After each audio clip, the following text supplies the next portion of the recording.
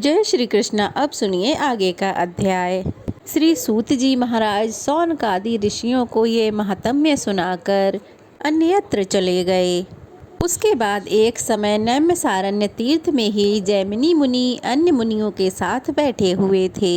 मुनियों ने उनसे भी उसी प्रकार से प्रश्न करने शुरू कर दिए जैसे वे सूत जी महाराज से करते थे। एक दिन मुनियों ने पूछा, हे द्विज श्रेष्ठ, जहाँ लकड़ी की प्रतिमा के रूप में साक्षात नारायण विराजमान हैं, वह पुरुषोत्तम क्षेत्र किस प्रदेश में है, कृपया बताइए। तब जैमिनी जी ने उत्तर दिया, मुनियों, उत्कल अर्थात उड़ीसा नाम से एक विख्यात प्रदेश है, जहाँ अनेकों तीर्थ और बहुत से देव मंदिर हैं। वह प्रदेश दक्षिण समुद्र के तट पर बसा हुआ है। उसमें रहने वाले पुरुष सदाचार के आदर्श हैं। वहाँ के ब्राह्मण उत्तम आचार और स्वाध्याय से संपन्न होकर सदा ही यज्ञ कर्म में और धर्म में तत्पर रहते हैं। सृष्टि के आदि में यज्ञ और वेदाध्ययन की प्रवृत्ति वहीं से होती है, इसलिए वहाँ के निवासी ब्राह्मण वेद शास्त्रों के प्रवर्तक हैं। उस प्रदेश को 18 विद्याओं की निधि बताया गया है। वहाँ भगवान नारायण की आज्ञा से घर घर में लक्ष्मी जी वास करती हैं। उस प्रदेश के मनुष्य लज्जाहीन, विनयी तथा चिंता और रोग से निरोग रहते हैं। माता पिता के सेवक, सत्यवादी और विष्णु भक्त होते हैं। वहाँ कोई भी ऐसा पुरुष नहीं होगा जो भगवान विष्णु का भक्त और आस्तिक ना हो। उस जगह के सभी मनुष्य परोपकारी होते हैं। लोभी, हठ और दुष्ट मनुष्यों का वहाँ पर होना असंभव है। उस प्रदेश के लोग दीर्घायु होते हैं। स्त्रियां पतिव्रता, सुहागन, धर्मपरायणा, लज्जा और सदाचार से विभूषित, रूपवती, सभी प्रकार के आभूषणों से अलंकृत, कुल, शील और व्यय के अनुसार आचार विचार करने वाली होती हैं। वहाँ के क्षत्रिय भी अपने अपने कर्मों का पालन करते हैं। वे सब के सब प्रजा की रक्षा के पालन में तत्पर रहते हैं। दान देने में उदार और सब शास्त्रों के ज्ञान में निपुण होते हैं। उत्कल के वैश्य भी कृषि, वाणिज्य और गौ रक्षा की वृद्धि में स्थित होते हैं। वे अपनी भक्ति से देवता, गुरु और ब्राह्मणों को तृप्त करते हैं। वहाँ एक के घर पधारे याचक को दूसरे के घर जाने की आवश्यकता ही नहीं रह जाती। उस क्षेत्र के शूद्र संगीत, काव्य, कला में कुशल और प्रिय वचन बोलने वाले होते हैं। धार्मिक, स्नान, दान आदि कर्मों में तत्पर रहते हैं। वे अपने मन, वाणी, क्रिया और धन के द्वारा उनकी सेवा में लगे रहते हैं। मेघ वहाँ पर असमय वर्षा नहीं करते, ऋतुएं विपरीत रूप धारण नहीं करती। मेघ असमय वर्षा ना करके वहाँ की खेती को हानि नहीं पहुँचाते। हवा का भी कष्ट वहाँ नहीं होता और प्रजा को वहाँ कभी भूख की पीड़ा नहीं सहनी पड़ती। अकाल और महामारी का कोप नहीं होता, राज्य का नाश नहीं होता। पृथ्वी पर होने वाली कोई भी वस्तु वहाँ अलभ्य नहीं है, अर्थात सभी वस्तुएं वहाँ सुलभ हो जाती हैं। यही वह सब प्रदेशों में श्रेष्ठ उत्कल है। दक्षिण प्रदेश में मिलने वाली ऋषि कुल्या नदी तक पहुंचकर स्वर्ण रेखा और महानदी के बीच में जो प्रदेश प्रतिष्ठित है, वही उत्कल अर्थात उड़ीसा है। इस पवित्र प्रांत में बहुत से उत्तम क्षेत्र हैं। सतयुग में इंद्रद्युम्न नाम से प्रसिद्ध एक श्रेष्ठ राजा हुए हैं। उनका जन्म सूर्य वंश में हुआ था। वे ब्रह्मा जी से 5 पीढ़ी नीचे थे। राजा इंद्रद्युम्न सत्यवादी, सदाचारी तथा सात्विक पुरुषों में अग्रगण्य थे। प्रजा को अपनी संतान समझकर सदा ही न्याय पूर्वक शासन किया करते थे। उनमें भगवान विष्णु की भक्ति थी, सत्य भाषण का गुण था। उन्होंने क्रोध और इंद्रियों पर भी विजय प्राप्त कर ली थी। वे श्रेष्ठ राजसु यज्ञ और सहस्त्रों अश्वमेघ यज्ञ का अनुष्ठान कर चुके थे। संसार बंधन से मुक्त होने की इच्छा रखकर वे सदैव धार्मिक कार्यों में लगे रहते थे। इस प्रकार राजा इंद्रद्युम्न समूची पृथ्वी का पालन करते हुए मालव देश में विख्यात और समस्त रत्नों से संपन्न और द्वितीय अमरावती के नाम से सुशोभित अवंती नाम वाली नगरी में निवास करते थे। वहाँ रहते हुए राजा ने भगवान विष्णु में मन, वाणी और क्रिया के द्वारा परम अद्भुत और उत्तम भक्ति बढ़ाई। एक समय भगवान लक्ष्मीपति की पूजा के समय देवगृह में बैठे हुए राजा ने अपने पुरोहित जी से बड़े आदर पूर्वक कहा, पुरोहित जी, आप उस उत्तम क्षेत्र का पता लगाइए जहां हम इसी नेत्र से साक्षात भगवान जगन्नाथ का दर्शन कर लें। वैष्णव राजा का ऐसा प्रश्न सुनकर पुरोहित जी ने तीर्थ यात्रियों के एक झुंड को देखकर उनसे पूछा, तीर्थों का दर्शन करने वाले तथा तीर्थों का ज्ञान रखने वाले धर्मात्मा पुरुषों, हमारे महाराज जो आज्ञा देते हैं उसे आप लोगों ने सुना है क्या? आप में से किसी को उत्तम तीर्थ का पता है क्या? उनका अभिप्राय समझकर उन यात्रियों में से एक यात्री, जो बहुत से तीर्थों में घूम चुका था, जो बहुत अच्छा वक्ता भी था, राजा के पास आकर हाथ जोड़कर कहने लगा, हे राजन, मैंने बचपन से ही अनेक तीर्थों में भ्रमण किया है। भारतवर्ष में ओड्र नाम से प्रसिद्ध एक प्रदेश है। उस देश में दक्षिण समुद्र के तट पर श्री पुरुषोत्तम क्षेत्र है। वहाँ नीलाचल नाम का एक पर्वत है जो सब ओर से वृक्षों से घिरा हुआ है। उसके बीच में कल्प वृक्ष है जिसके पश्चिम भाग में रोहिण कुंड है। वह भगवान के करुणा रूप जल से भरा हुआ है जो स्पर्श करने मात्र से ही मोक्ष देने वाला है। उसके पूर्वी तट पर रुद्र नीलमणि से बनी हुई भगवान वासुदेव की प्रतिमा है जो साक्षात मोक्ष प्रदान करने वाली है। उस कुंड में स्नान करके जो भगवान पुरुषोत्तम का दर्शन करता है वह मुक्त हो जाता है। वहाँ सबर दीपक नामक एक श्रेष्ठ आश्रम है जो भगवत विग्रह से पश्चिम दिशा में स्थित है। उस आश्रम से एक पगडंडी का रास्ता है जो भगवान विष्णु के मंदिर तक जाने का रास्ता है। वहाँ शंख चक्र गदाधारी साक्षात भगवान विराजमान हैं। वे करुणा के समुद्र हैं। दर्शन मात्र से समस्त जीवों को मुक्ति प्रदान करते हैं। हे राजन, देवादिदेव भगवान जगन्नाथ की प्रसन्नता के लिए मैंने 1 वर्ष तक पुरुषोत्तम क्षेत्र में निवास किया है। मैं महामूर्ख था, किंतु इस समय उनकी कृपा से 18 विद्याओं में प्रवीण हो गया हूँ। मेरी बुद्धि भी शुद्ध हो गई है जिससे भगवान विष्णु के सिवाय मैं और कुछ देख ही नहीं पाता हूँ।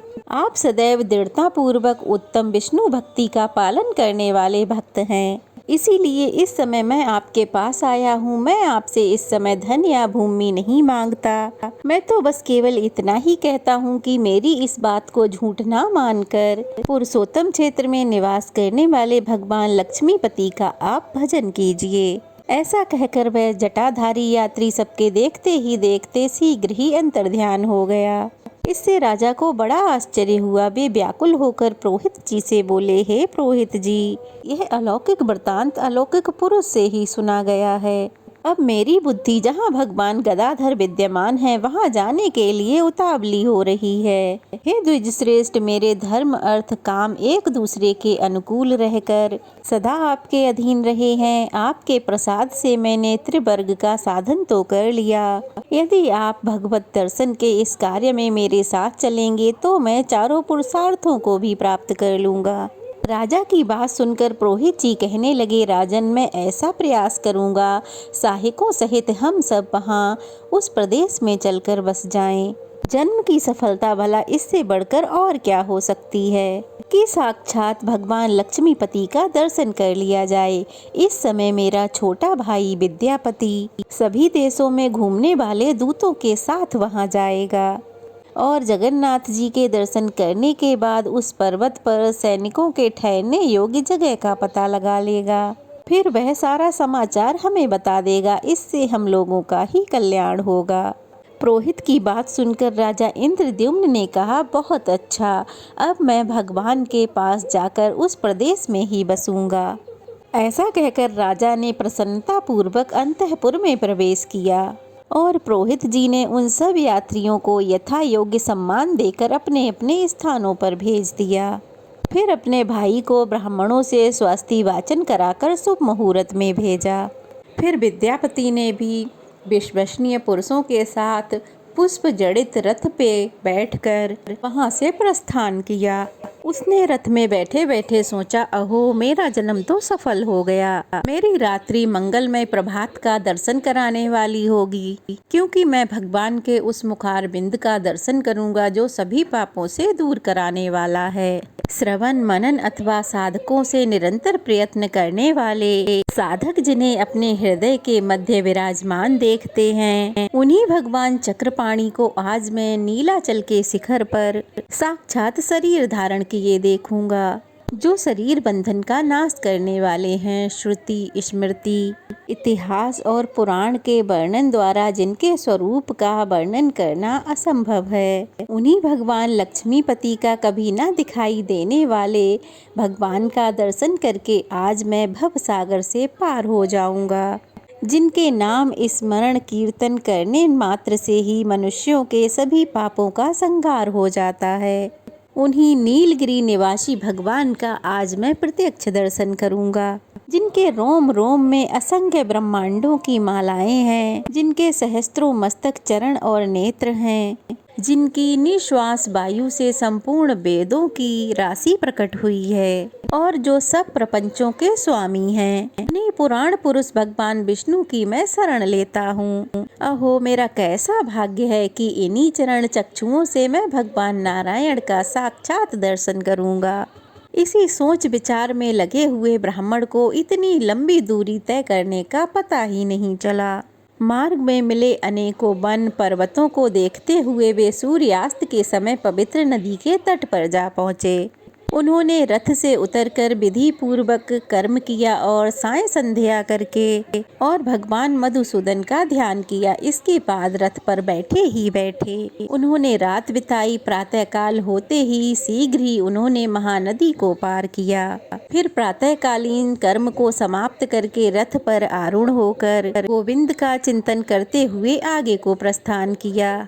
भगवान के निकट जाने वाले मार्ग को देखते हुए वे एकाम्र वन में जा पहुँचे। उसके बाद कल्पवट से विभूषित गगनचुंबी नीलाचल पर्वत को देखा, जो दर्शकों के पापों का नाश करने वाला है। साक्षात शरीरधारी भगवान विष्णु के निवास स्थान को खोजते हुए विद्यापति नीलाचल की तराई में जा पहुँचे। अब वे भगवान के दर्शन करने के लिए अत्यंत उत्कंठित हो गए, किंतु आगे जाने का मार्ग ही नहीं मिला। तब वे भूमि पर कुसा बिछाकर मौन भाव से लेट गए और भगवत दर्शन की सिद्धि के लिए भगवान के ही शरणागत हो गए। तब पर्वत के पश्चिम से भगवत भक्तों की आपस की बातचीत सुनाई दे गई। तब वे प्रसन्न होकर जिधर से वे आवाजें आ रही थीं उसी तरफ बढ़ने लगे। कुछ ही दूरी पर विख्यात सबर दीपक नामक आश्रम मिला। वहां उन्होंने वैष्णव भक्तों का दर्शन किया। उन्हें प्रणाम करके वे हाथ जोड़कर खड़े हो गए। तब विश्वावसु नामक सबर भगवान विष्णु का पूजन समाप्त करके पूजा के प्रसाद से सुशोभित होकर पर्वत के बीच से वहां आया। उसे देखकर ब्राह्मण को बड़ी प्रसन्नता हुई और वे सोचने लगे, ये श्रेष्ठ वैश्य है, इनसे मुझे भगवान विष्णु के संबंध में दुर्लभ समाचार जरूर प्राप्त होगा। इसी विचार में पड़े हुए ब्राह्मण से सबर ने कहा, हे ब्राह्मण, आप कहाँ से इस वन में पधारे हैं? इस वन का रास्ता तो बड़ा ही दुस्तर है और आप तो भूख प्यास से थक भी गए होंगे। आप यहाँ सुख पूर्वक बैठिए और विश्राम कीजिए।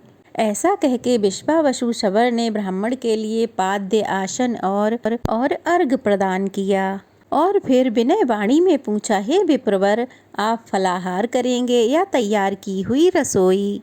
जैसी आपकी रुचि हो वैसा ही भोजन मैं आपके सामने प्रस्तुत कर लूँगा।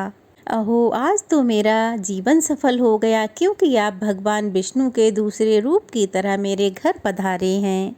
इस प्रकार पूछने पर विद्यापति ने कहा, हे ब्राह्मण, फल या तैयार की हुई रसोई से मेरा कोई उद्देश्य नहीं है। मैं बहुत दूर से जिस उद्देश्य को लेकर यहाँ आया हूँ, आप उसे ही सफल कर दीजिए।